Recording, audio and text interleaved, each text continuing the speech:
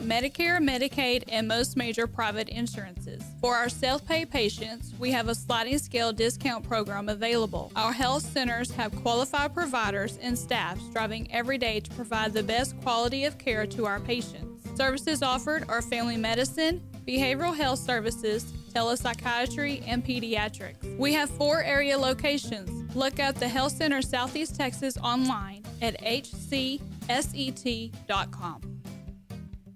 Thank you for listening to Lone Star Community Radio. This program was broadcasted and recorded live from the LSCR studios in downtown Conroe, Texas. Lone Star Community Radio is supported by listeners like you. Donate and sponsor today. For more information on getting involved with Lone Star Community Radio, contact us at lscrstudios@gmail.com or visit us online at www.irlonestar.com. You are listening to Lone Star Community Radio on 104.5 KCZW and 106.1 KZCC Conroe and worldwide on the irlonestar.com. Good morning, ladies and gentlemen. This is the Weekly Business Hour. I'm Rick Schissler. I'm your host.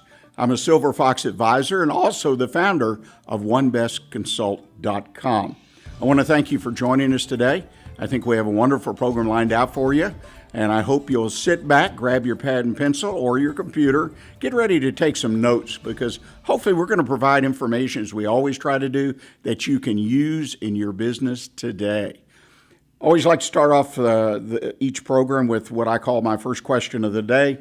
My question today to you: where do you find positive news?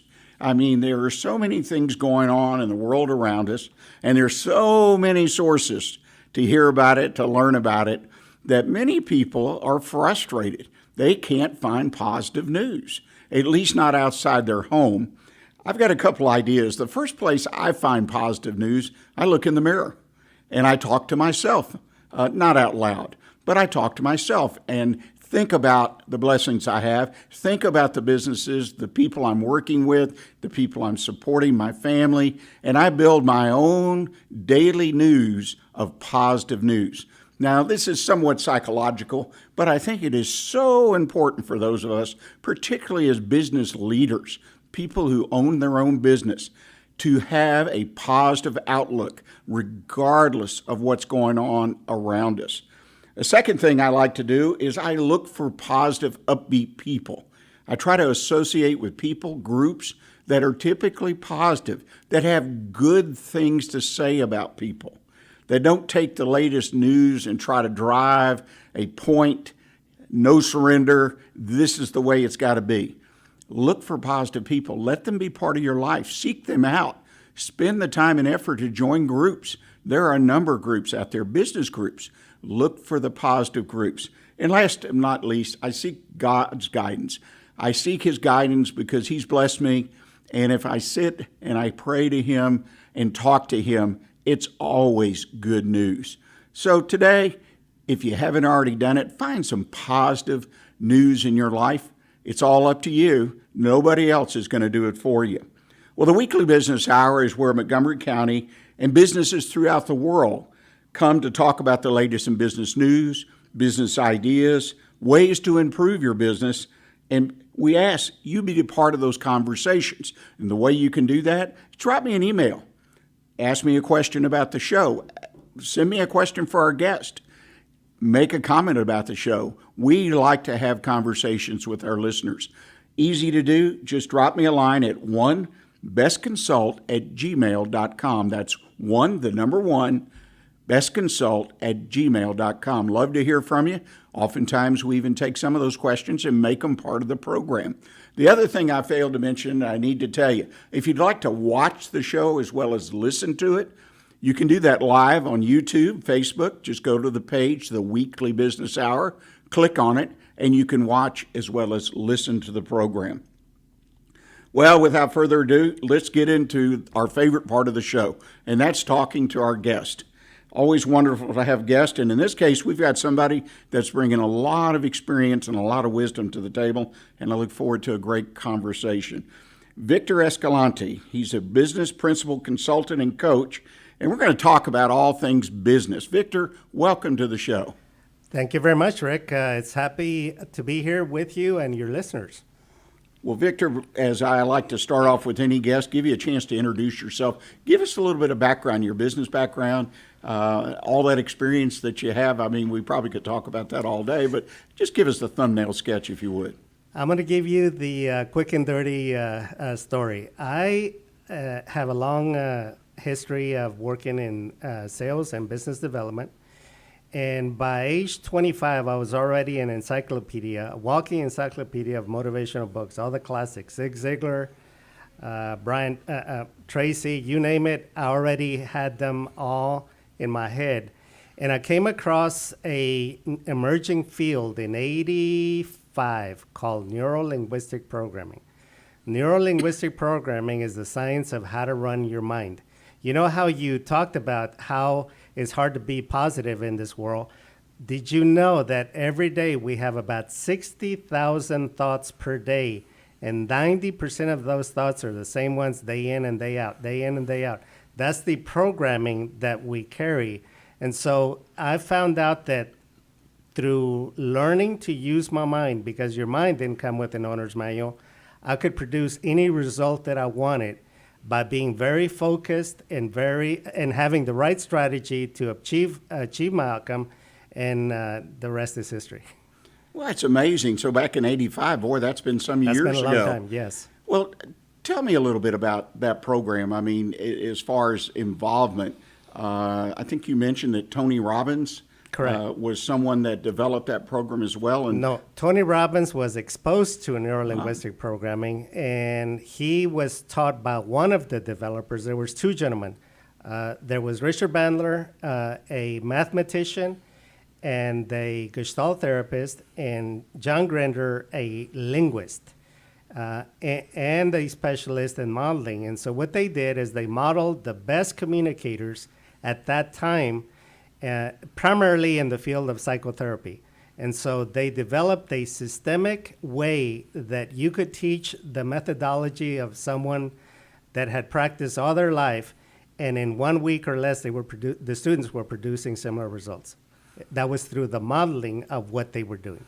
You know, these kinds of things are amazing to me, that why more people have not been exposed or connected with that.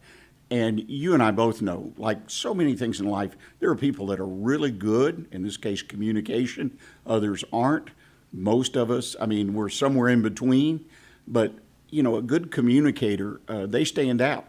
Yes. And give us an idea of how you identify someone, or what are the characteristics of a good communicator? Well, I'll start with you.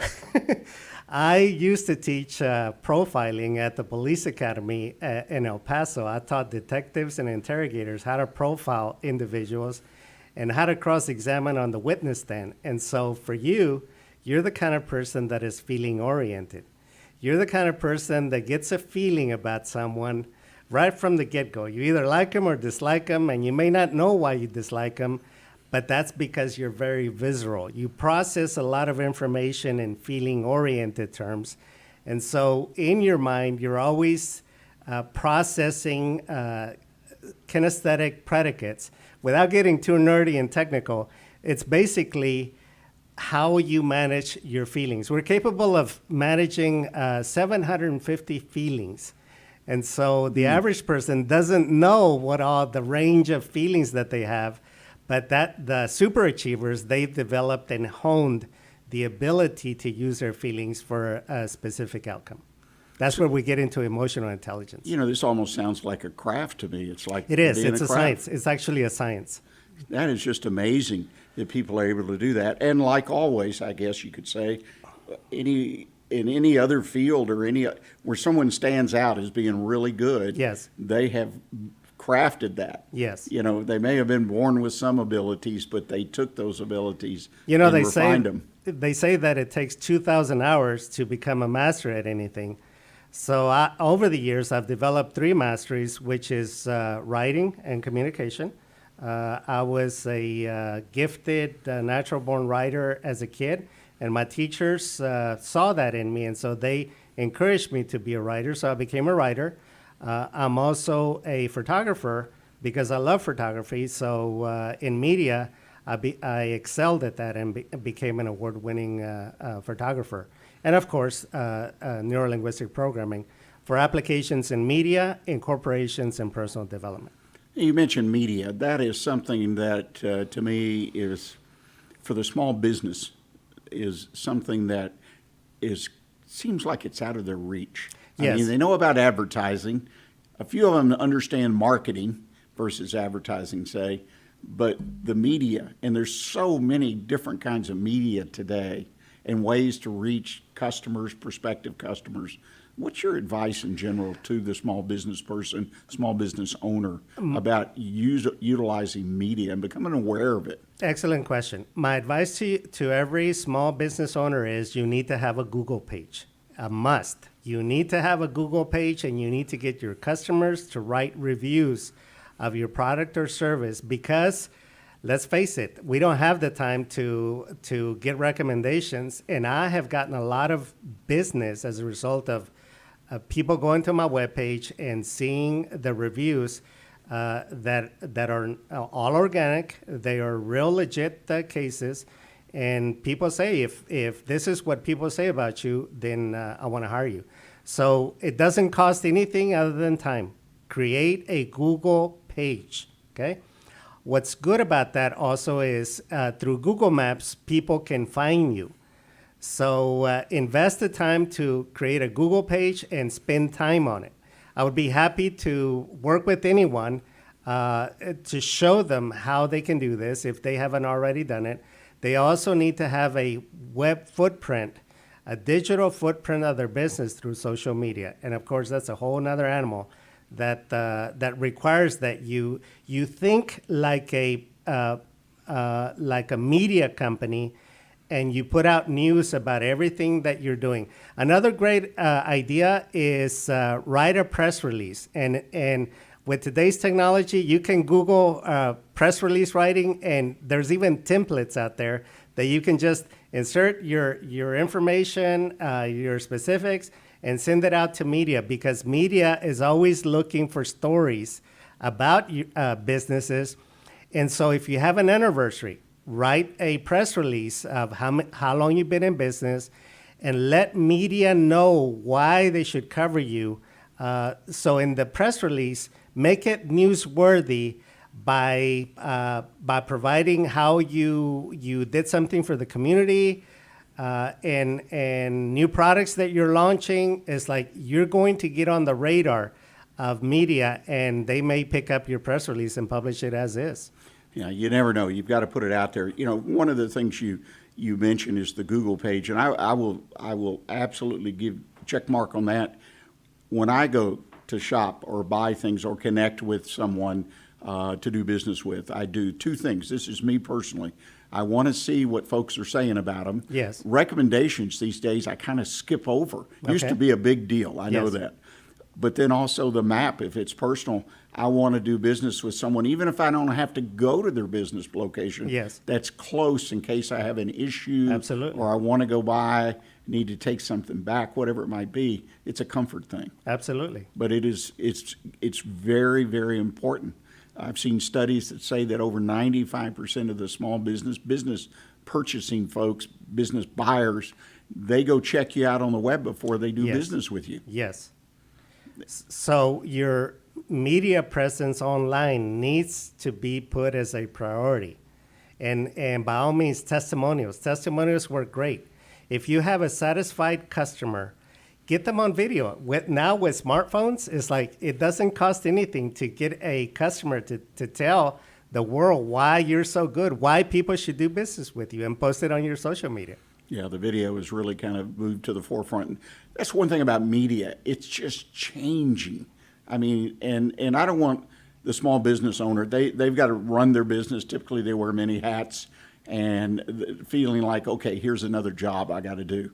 I don't think you have to stay up with the latest and greatest media, But like you say, you've got a phone and you just click on it. Anybody can Yes. take a video of someone, even I can, and click it off and then download it. It's real simple. You can hire a student. And that's the other thing, yes. Because students are more tech savvy than you are, and so they would be happy to work for you at a nominal fee to handle your social media. See, I'm blessed to have children Yes, who are very, very good absolutely, at it. In fact, one has a degree in it. Absolutely, yes. Yes. So no, but the point is, and I think you and I are absolutely right on the same page. Businesses, all kinds of business, even if you're a solo, you need to have some kind of media presence and you need to keep it fresh. I still come across pages that haven't been touched in Yes. 5 years. Yes. And that turns me off. Absolutely. If I'm looking for Yeah. something, to buy something or connect with someone. If your content is not fresh, then why should people take you serious? And If it you doesn't don't have take to be it- every day. Yeah. I just, want to see that they're Right. paying attention, that they're on top of it. It's interesting. Well, let's kind of take a quick segue. I'll tell you what. We've come up on the first quarter of the show, quarter hour. I'm going to take a quick break. We're going to go to some commercials here. And when we come back, I want to talk to you about the business environment currently out there that you see from your perspective. I get approached by a lot of people that want to start businesses, particularly with this shift in employment and Yes. things. So let's talk about that if you don't mind when we come back. Sounds good. Ladies and gentlemen, stay with us. We're going to have another great conversation.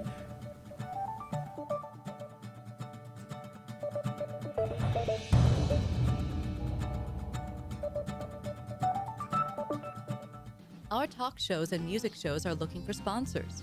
Want to expand your brand awareness? Reach the hyper-local audience in Montgomery County? Lone Star Community Radio sponsorships accomplish this. Want to see our stats and rates? Check out irlonestar.com/sponsor for more information. Or call in and leave us a message at 936-647-3776. An estimated 1 in 10 births will result in a neonatal intensive care stay, also known as the NICU. Overnight, a family can find themselves and their newborn baby in a critical situation. The Mila Foundation financially and spiritually assists families in need. If you would like to volunteer or become a monthly sponsor, please visit us at www.themilafoundation.org. Again, that's www.themilafoundation.org, because every life matters. Hey y'all, it's DJ Mike from Dance Time in Texas. Join me Monday through Friday at 8 a.m. as I count down the top 10 Texas Red Dirt songs that are packing the dance floor. I'll be featuring local artists and the story behind the hits, shows in the area, as well as new songs that make you want to dance. It's Dance Time in Texas with DJ Mike on Lone Star Community Radio, 104.5 KCZW and 106.1 KZCC, Conroe, Texas, or online, irlonestar.com. Welcome back, ladies and gentlemen. You're listening to the Weekly Business Hour. Rick Schissler, I'm your host. And we're having a wonderful conversation, I believe, today with Victor Escalante. He's a business principal, consultant, and coach. And he and I just had a wonderful conversation offline while we were at commercial about some of the things going on. Victor, I'd like to talk about, because this is really a topic that's right in the forefront now. People are trying to start businesses. I mean, a lot of discussion in the last 5-10 years of the baby boomers leaving business, selling, whatnot, their business. And that activity, we know from some other guests that have been on our show, is at a very high level. The sales of these businesses. And some of that precipitated or sped up because of the pandemic. But there are people looking to go into business, whether it be corporate people, always been a fair number of those that tired of being laid off or the uncertainty. But I find people from all walks of life as far as business backgrounds. What do you see out there currently, particularly, I guess, in our geographical part of the world? There's a strong renaissance for small business growth and development. Like you said, a lot of retiring baby boomers, and I'm dating myself because I'm a boomer. And so think about all those people that developed a certain expertise in what they did, but when it comes to business, they don't have the full gamut of skill sets to be able to run a business and launch a business. And so that's where consultants come in, that they can help one to be able to do all that foundation. Did you ever read the book, The E-Myth? Yes, I did. And in the book, it's very well illustrated of how A baker that is good does not necessarily mean that they can run a business. And so you need to understand where your expertise is at so that you can focus on selling that expertise and then farm out everything else that you don't know how to do because it's too costly for you to try to learn it on your own. Yeah, I'm going to kind of digress just for a moment, but you when you brought up the book and the baker, or as I call the pie maker. Yes. The History Channel currently is rerunning, I guess, their show on American business. And last night I caught it, and it was so interesting, and it was about bakeries. But a history of how, and you had Entenmann's, you had Little Debbie, where they came from. Absolutely. I mean, it's just an amazing, but it teaches me about starting the business. Not that I will be as successful as those people, but the idea of some of the struggles and the challenges that those businesses went through. And I encourage people to watch that series when they can pick it up. That's the History Channel, The History of American Business. So back to what we're talking about, the thing I find, I always open my door to give someone at least an hour of my time, no charge, no strings attached, that they're thinking about opening a business. And over half the time I dissuade them from doing it because foundationally they're not prepared. Whether it's money, which is the biggest one always, but there are other things. The wrong business for who they are. Yes. I'm a big believer that who you are should have a big part in the decision of the type of business that you go into. I had someone one time that they couldn't stand dealing with people, customers, whatever, and they were going to open a business that had lots of customer service, right? And I said, I pointed out, I thought it was obvious, but, they were so thrilled about the idea, and they felt they had a product that, people need to really look hard at what it is, not only that they want out of the business or what their family wants and needs, and that's another area that doesn't get enough attention, but that reminds me of a client I had. He was a veterinarian, and he was closing down his practice. The number one reason, he said, was, I hate the pet's owners. He loved practicing veterinary medicine, but he hated to deal with the pet's owners. So I concur with what you just said. Yeah, he definitely was in the wrong business. Absolutely, absolutely. No, it's just interesting. What are some of the other things that you think that are roadblocks to people that want to open businesses? Fear. The greatest fear has been defined as false evidence appearing real. If you just try doing something, just the mere act of trying something develops momentum for you. Even if it doesn't work out, you started the process, you took the first step, and that opens up doors or opportunities or people that you meet along the way to pivot and to take the next step. You got to start somewhere. I don't care what you do, just start somewhere. Whether it's hosting an event where you introduce your product or service, or you do it through webinars online. The technology has simplified the entry level for getting your message out is so cheap now that there's no reason why anyone cannot go into business. The greatest boom in business is consultancy. It's like teaching others how to do what you do. So think about all those retiring baby boomers that spent a lifetime with companies that spent a fortune in training them to become subject matter experts. And now they have that expertise to be able to teach others how to do it. Yeah, I think you make an excellent point there, because the idea that I have someone walk alongside of me, one of my pet peeves, if I can use that term, when people start business, I realize typically businesses are started and people are tight on money. Yes. But, it's like you've got to have enough money, have enough resources. Again, the number one reason that I understand from statistics I've read forever that they fail is they run out of money. But the idea is I think they don't have a clear vision Correct. of what it's going to take in many ways, Correct. but the money as well.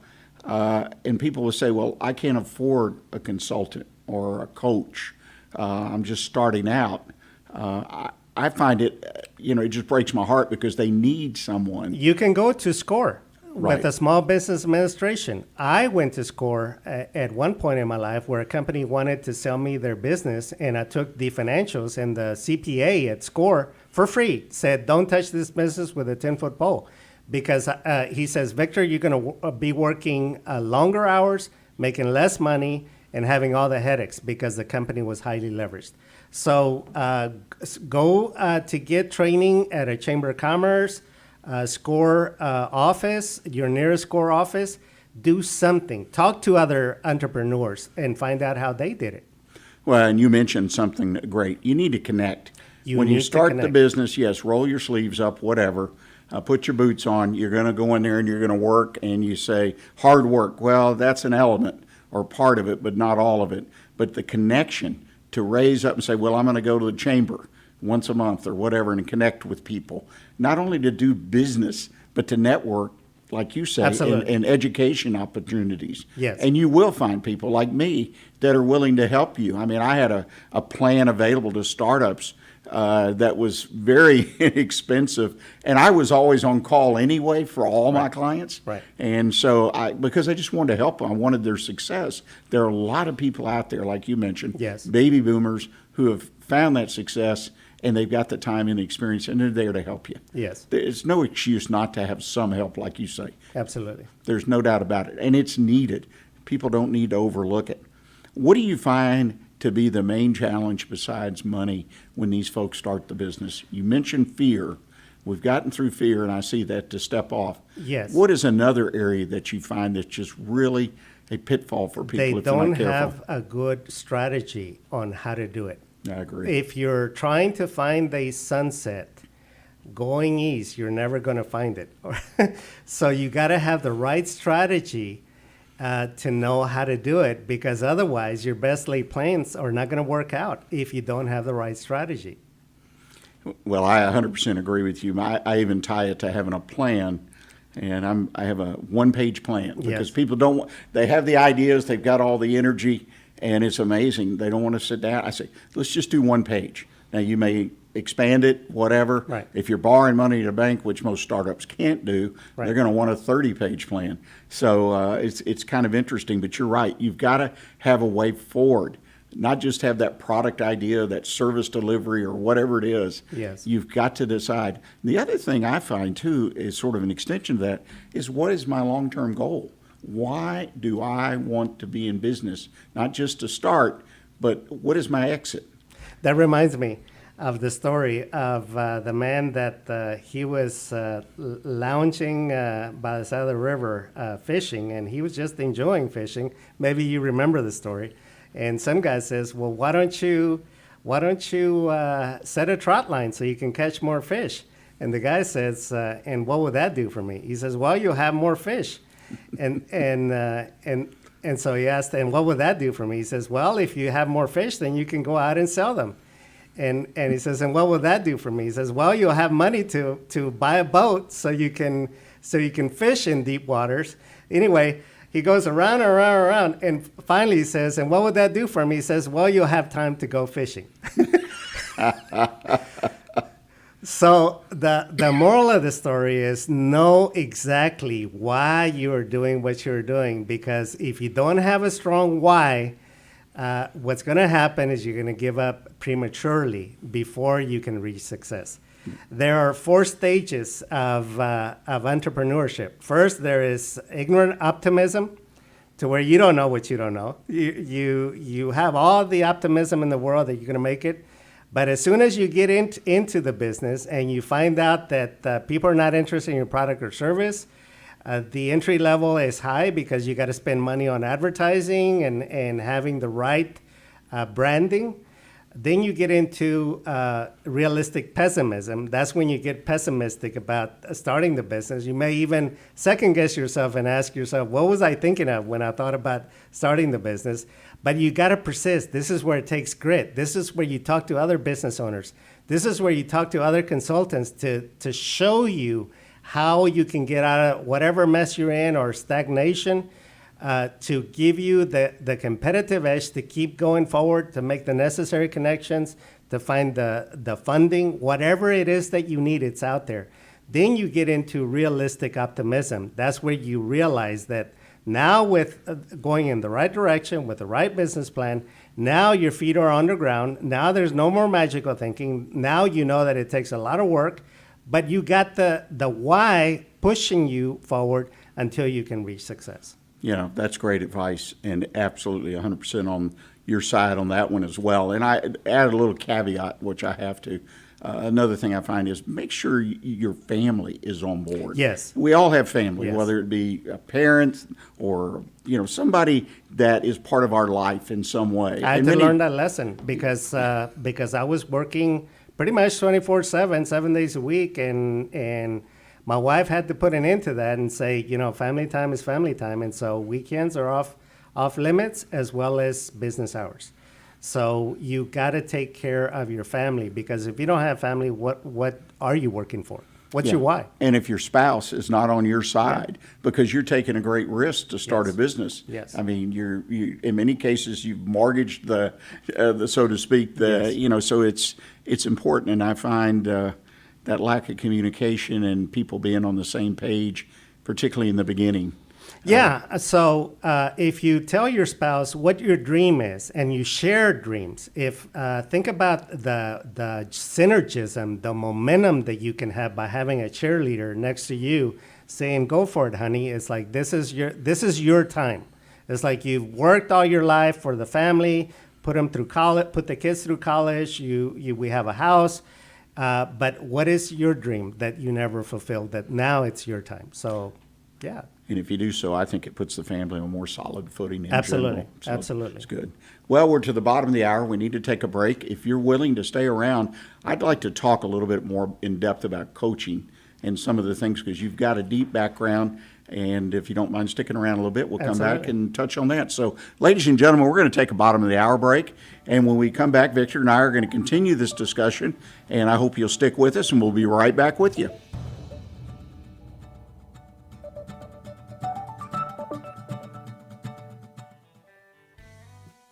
Lone Star Community Radio is Montgomery County's radio station with talk, music, weather, and traffic for Montgomery County. Have a question or comment about one of our shows? Want to know how to reach a host? Just contact the station at irlonestar.com or call in and leave a message at 936-647-3776. Get involved with your community with Lone Star Community Radio.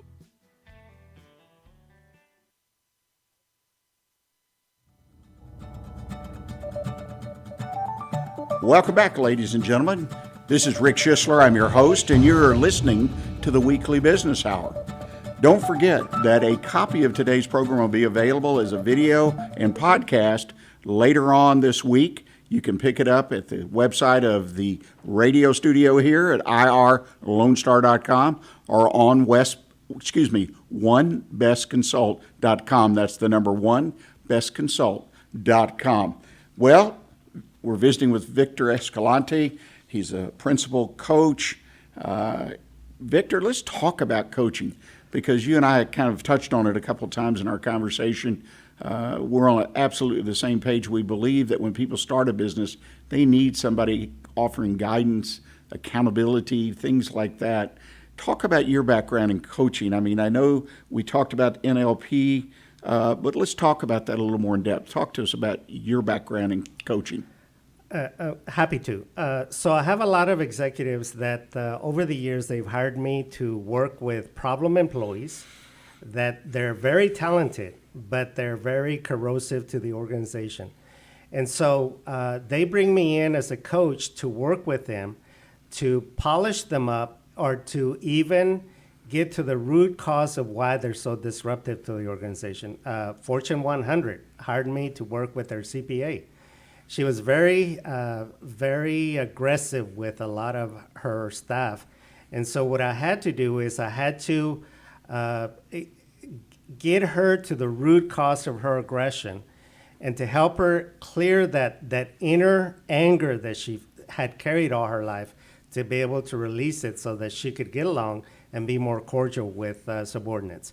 Also with executives, sometimes you know that in partnerships there's always conflict.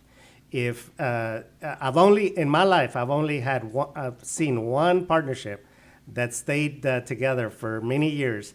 And the key, I was curious. I asked him, "What is the key to your success staying together?" He says, "We know when to back off and give the other one space when they're having a bad day, because they just learn to manage each other's moods and to know when to not discuss sensitive topics."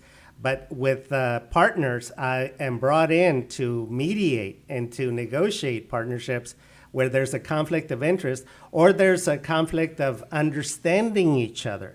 Because you and I know that it's one thing to say one thing, but it's another thing what you meant by what you said.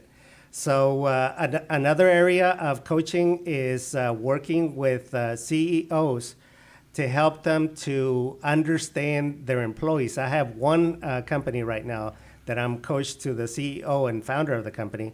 He has over 200 employees. He says, "Victor, I feel like I need to be a therapist in trying to understand my staff because they're so full of problems, and trying to communicate with them is like they don't listen to what I have to say." And so he brought me in to do training and development for the company to help them to understand communication styles, because he's very visual. And so for him, if you cannot get the visual image that he's got in his mind, then you're a problem employee. So I had to teach him to understand how people process information differently. There's people like you that are kinesthetic, that they need to feel the information, that they need to get a sense of what it is that the leader is wanting to accomplish. And others auditory, that they need to listen continuously to the direction that the CEO is taking the company. So I get into all kinds of interesting projects. Recently, I worked with one of the executives for the Nissan motor company, and he was having an issue that he was second guessing himself with key decisions. And so what I did with him is I age regressed him to 13 years old when he had a conflict that created an inner split in him to where he had two mindsets. So I get into all kinds of interesting projects over the years. You know, that's just amazing in the kind of things that you do. You know, give us an idea, let's extend that a little bit. I'm in a coaching session with you. What does that look like? I need to know what exactly it is that you would like to accomplish. My coaching is very outcome oriented. And I tell people, if you don't know what you want, I will give you the tools to go think about it, and don't come back. I won't charge you if you don't know what you want. But you must know exactly what you want, because I will help you to get there once I know exactly what you want. You know that saying, show a person how to get what they want, they will move heaven and earth to get it. That's what I do. It's kind of like teach a person to fish and they'll feed themselves. Correct. That's what popped in my head when you said that. Yes. Well, right now we've got a market where, as we've discussed a couple of times, where people are exiting because of age. Yes. Small businesses in pretty good numbers. And it was predicted based on numbers, statistics. And these businesses are passing either to the family or an employee or employees, or being sold outright. A lot of that's happening right now. Buying a business in the current economic environment, the questions about inflation, recession, the government, the federal government at least, seems somewhat out of control, always talking about more taxes. A lot of uncertainty is my point. What do you advise someone who's looking? Because I've seen some numbers on some businesses and the multiples and whatnot. They're not being discounted because of all those things. And so it's a big investment, a big risk.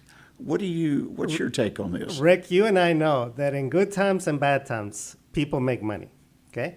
So yes, those are all factors that you mentioned that are making some businesses a bargain to buy at this time, because they're not profitable, but they could have with your expertise. If you buy the business, you could turn that around in a relatively short time, or you could bring in expertise to turn it around because they were mismanaged. because they were mismanaged, they weren't prepared for the hit of COVID and all the political policy challenges that we face. No question about it.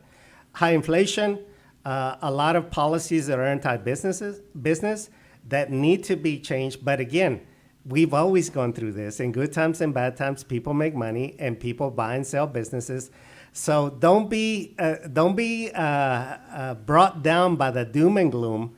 Look for opportunities, because that's the best time to buy is when everyone is running scared. Look for opportunities because they're out there. Yeah, and I think that makes a good point.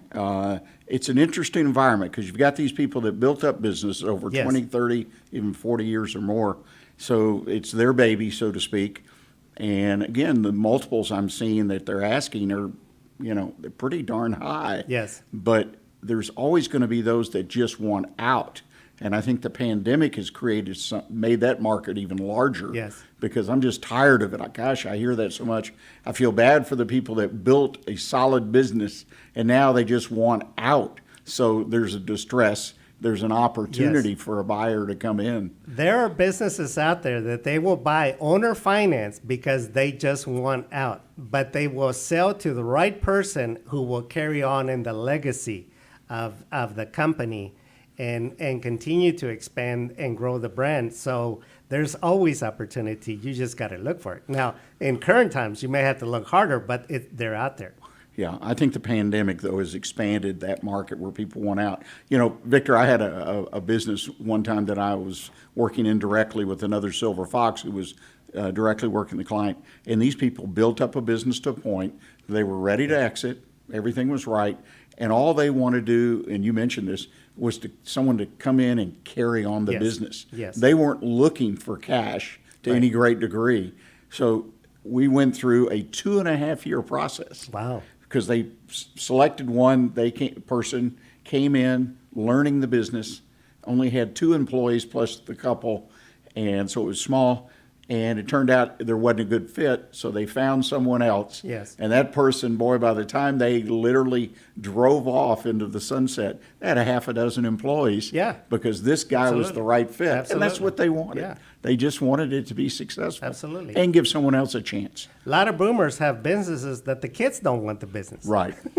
So they don't want to follow, and they saw the hard work of their parents, and they don't want to do that. They want the easy route, and there's bargains out there to be had. I saw a business the other day that is a name that most of us would recognize.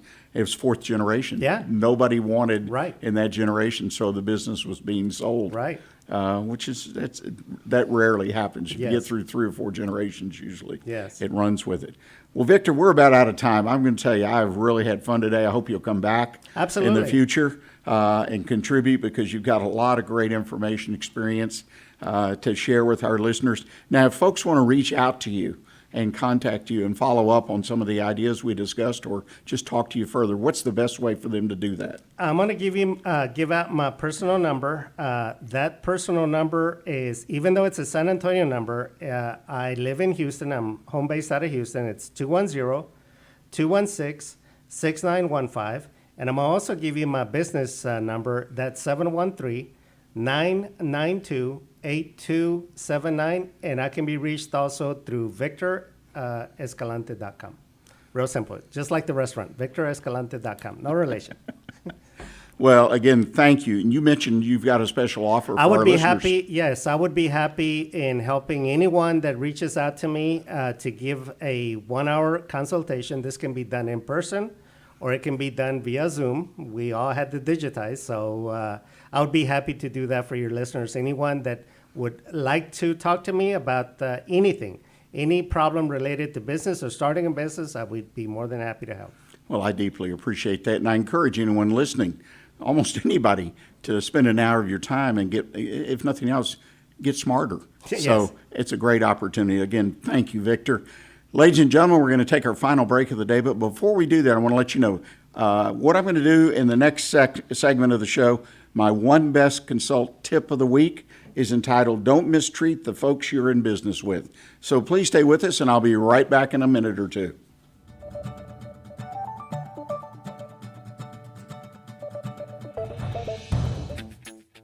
Path to the Plate is a research-based education program that helps consumers understand how their food choices impact their health by making the connection to agriculture. Learning about how food is grown and produced, and how consumers can make better food choices for themselves and their families, Path to the Plate is all about dispelling myths and misconceptions. Find out more online at pathtotheplate.tamu.edu. We are Texas A&M AgriLife Extension, helping Texans make their lives better.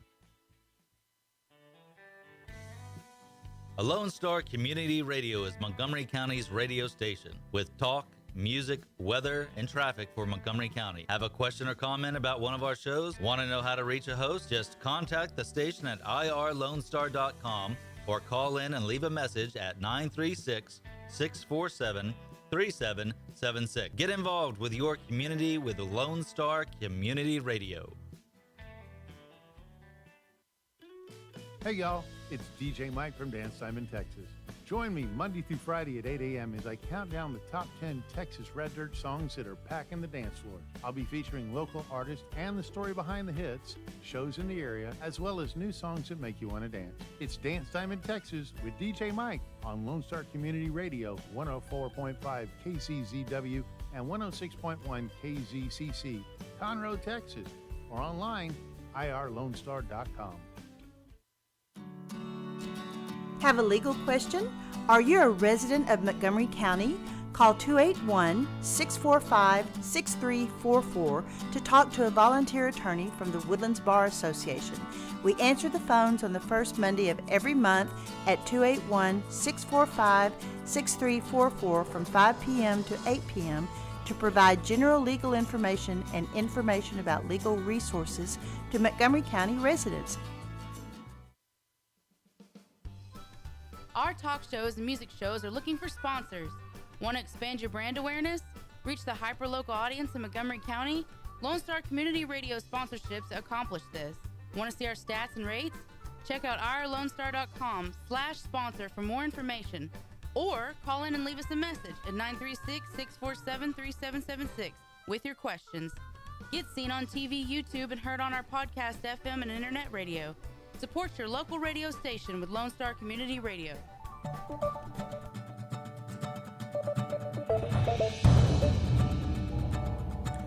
Welcome back, ladies and gentlemen. You're listening to the Weekly Business Hour, and this is Rick Schissler.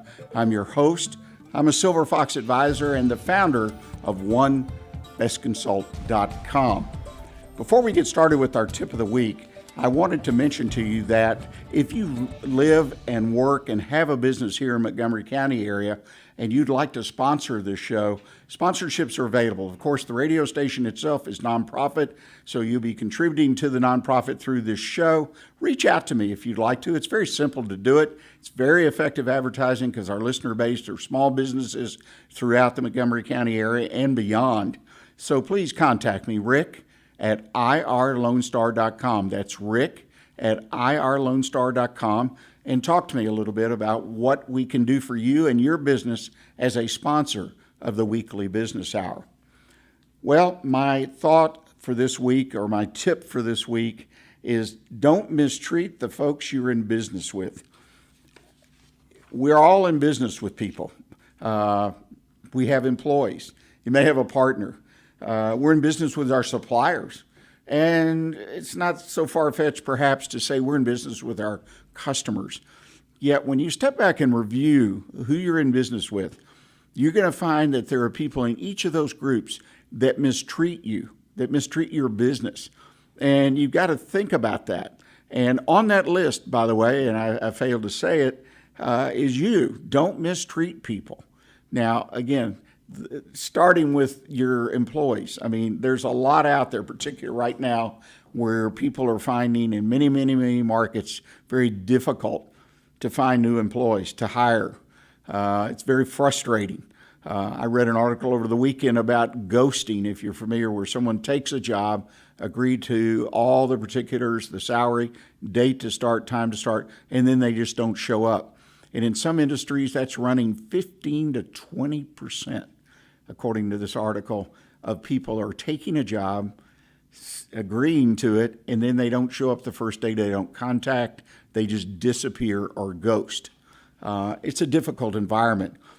But treating your employees has always been important. You should never take your employees for granted. There's a lot written, a lot out there. We've done programs here on the Week Business Hour about that. So I'm going to kind of hurdle over that issue. And I'm going to start with some of the areas where I think that some of us, even if we don't even realize it, but we mistreat the folks we're in business with. And first I want to talk about suppliers. You shouldn't mistreat your suppliers. I've heard too many stories, particularly in the last year or so, where there have been these supply chain issues where people have had a hard time getting the products and in some cases even services that they need to operate their business. And they turn around, and one of the reasons they're having trouble, besides the actual supply chain issue, is they've mistreated a vendor. Well, how do you mistreat a supplier? Well, you don't pay them according to terms. You drag it out. You play games with your payment. I've seen this happen. I've had it happen to me when I was in business, where people didn't pay me. And it's just not right. I mean, in turn, the people that paid on time did things the right way. They were our A customers, so to speak. Always got the first dibs on anything we had, got quick response, even after hours response. We've been over backwards. And I treated suppliers like they were a partner. I mean, indirectly, but they were a partner. I wanted them on my team. So when things happen, like the supply chain issue, they're in the game with me. And even as far as if they can't obtain the products I need, they can guide me, or they'll go look somewhere else. They'll go across the country, right, virtually, and find product that's not available in our area. This is happening every day. So it pays, it really pays to treat your suppliers right. Treat them good. Lots of other things you can do. Build that relationship. And that's where the key is, in my opinion, with everything we do in business, is building relationships. Build a relationship with your supplier. Don't be pushing them all the time for the cheapest price or asking for favors every day. Treat them right. Make them a partner in your business. Another area is don't let your customers mistreat you. And this gets back to people not paying their bills on time, people that always demand more than what was offered or what is due. They take up your time on the phone. They take up your employees' times. They're never happy. This is being mistreated by a customer. Now, some folks at this point advocate, and I don't necessarily agree or disagree, that you should fire these customers.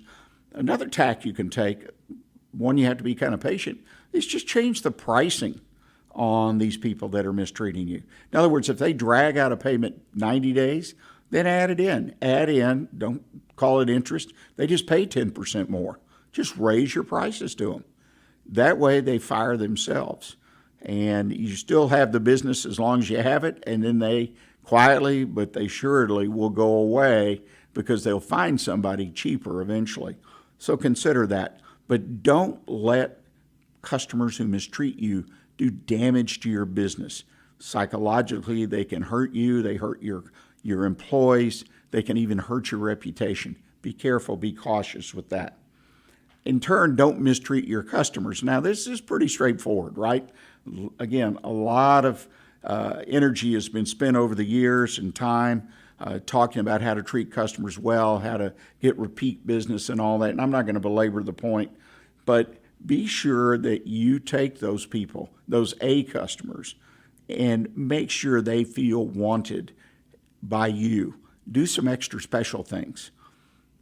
Treat them right. Build that relationship. I can't overemphasize that. This is perhaps one of the easiest things to do, is not mistreat customers. But again, from time to time, I have even slipped into that mode when I became upset about something with a customer, and I put them in a category or in a bucket, as some say, and doghouse, and I was really wrong, a mistake, but yet they were great customers. They bought a lot. They continued to increase their buy. They paid on time, but something happened, and I immediately allowed my experience with bad customers color what I should be doing for new customers. Stay in touch with your best customers and don't mistreat them. It's so critical and so important. Again, don't mistreat the people you're in business with. Keep it in mind. It goes back to where I started the show today, the positive attitude, and looking for ways to keep your attitude positive. I will contend, as our guest Victor said, there are opportunities out there today. The economy, all these things that influence us. We hear negative, bad news constantly. Don't let it overwhelm you. Look for the positives. And the same thing is true. If you're treating people right, employees, suppliers, customers, and they in turn should be treating you right, then you've got a great business going on and you will find success. You will see growth, profitable growth, if you can manage all these different people who truly are part of your business. Well, thank you again for joining us this week, and thank you to Victor Escalante for coming in and sharing some of the experience and knowledge he has. And I encourage you, if you get a chance, reach out to Victor. His phone number is area code 210-216-6915. That's 210-216-6915. He's a wealth of information. He seems to be a very open individual like I try to be. We are here to help you. So reach out to Victor. And again, thank you, Victor, for joining us. And put a note on your calendar to join us next week, right here at 11 o'clock on Monday in the weekly business hour. And until next week, stay engaged and always keep the focus on what counts in your business. Thanks.